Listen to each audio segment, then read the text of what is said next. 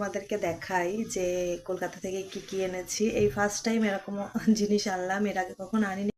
নমস্কার, আমার নতুন channel simple lifestyle with Indrani, এই চ্যানেলে আপনাদেরকে স্বাগত জানাই। তো গিয়েছিলাম কলকাতা থেকে শিলিগুড়িতে এলাম। শিলিগুড়িতে আসার পরেই দেখছি যে আকাশটা একদম মেঘলা হয়ে রয়েছে। তো সেই জন্য আজকে কাছাকাছি কিছুই করলাম না। এবার স্নান করে পুজো দিয়ে ছেলেকে খাইয়ে ঘুম পাড়ালাম, আর ছেলেকে একটু সিদ্ধ ভাত করে খাইয়েছি। এবার দুপুরের খাবারটা রান্না বান্না করতে ইচ্ছা করছে না, কারণ ঘর পরিষ্কার করা অনেক কিছু ব্যাপার ছিল। তো সেই জন্য ভাবলাম যে দুপুরের খাবারটা বাইরেই খাবো। তো ভাতটা ঘরে করে নিয়েছি, আর তরকারিটা বাইরে থেকে এনেছি। চলুন আপনাদেরকে দেখা যাচ্ছে কী কী আনলাম, কী কী খাবো। এই যে এখানে রয়েছে ভাত, আর হোটেল থেকে এনেছি আলু ভাজা, এখানে ডাল, আর এদিকে আছে মাছের ঝোল। 2 পিস মাছ আনা হয়েছে, কারণ আমি আর ছেলে খাবো, হাজব্যান্ড বাইরে খেয়ে নিয়েছে। আর এখানে আছে একটা সবজি, সজনে ডাঁটা, আলু এসব দিয়ে কিছু একটা সবজি আছে। তো আমরা এগুলোই আজকে খাবো লাঞ্চে। তো এবার চলো তোমাদেরকে দেখাই যে কলকাতা থেকে কি কি এনেছি। এই ফার্স্ট টাইম এরকম জিনিস আনলাম, এর আগে কখনো আনিনি। একটা জিনিস এনেছি, তো বাকি জিনিসগুলো এরকম কখনো আনিনি। এইবার বাজারে গিয়ে আমাদের এত নজরে লাগলো সবজিগুলো, তো ভাবলাম যে কিছু নিয়ে যাই। দেখো, এটা সিলেদারের বক্স, কিন্তু সিলেদার্সের বক্সের মধ্যেই এনেছি। আমরা নিরুপায় ছিলাম, কারণ কোনো বক্স ছিল না অন্য, আর একদম লাস্ট মুহূর্তে এগুলো নেওয়া হয়েছিল। সেই জন্য এই বক্সে করেই আনতে হয়েছে। প্লিজ কেউ কোনো নেগেটিভ কমেন্টস করো না। দেখো, একটা সবেদা ফেটেও গেছে, একটু শক্ত শক্ত ছিল, কিন্তু যেহেতু এরকম ব্যাগের মধ্যে করে এভাবে নিয়ে এসেছি সেই জন্য নরম হয়ে গেছে। সব সবেদাগুলোই মোটামুটি নরম হয়ে গেছে।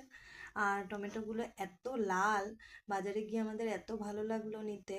আর আমাদের ওখানে না চাষের জমি থেকে একদম টাটকা টাটকা সবজিগুলো ছিঁড়ে ছিঁড়ে নিয়ে আসে চাষিরা, এনে বিক্রি করে বাজারে। তো সেটা দেখে আমরা নেওয়ার লোভ সামলাতে পারলাম না, সেই জন্য নিয়ে নিলাম।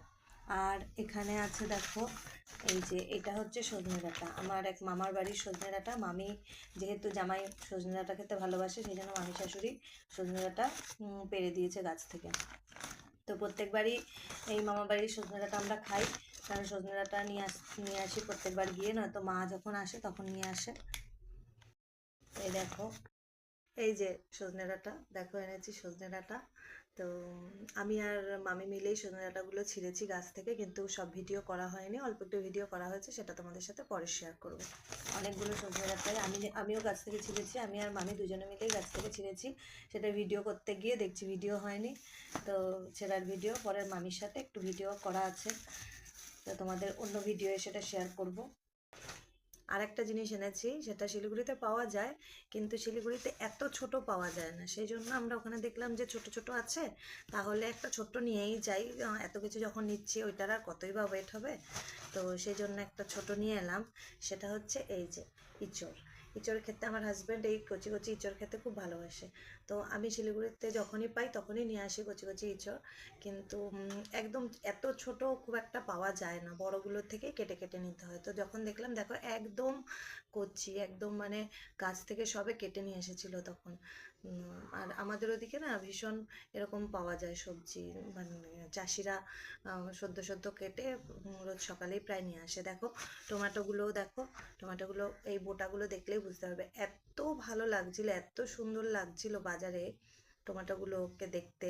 মানে আমরা না এনে পারলাম না, লোভ সামলাতে পারলাম না, কারণ শিলিগুড়িতে এগুলো পাওয়া যায় না, শিলিগুড়িতে সব হাইব্রিড পাওয়া যায়। তো ইঁচড়টাও নিয়ে আসলাম।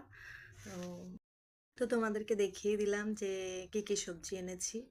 এবার ছেলে ঘুমোচ্ছে, ওকে তুলে লাঞ্চ করব। তো আমার ভিডিও যদি তোমাদের ভালো লেগে থাকে, তাহলে অবশ্যই লাইক কমেন্ট করো, তাহলে আরেকটু আমি উৎসাহ পাবো। আর সাবস্ক্রাইব করতে ভুলো না। এইভাবে আমার পাশে থেকো, যাতে আমি তোমাদের সাথে আরও নতুন নতুন ভিডিও শেয়ার করতে পারি।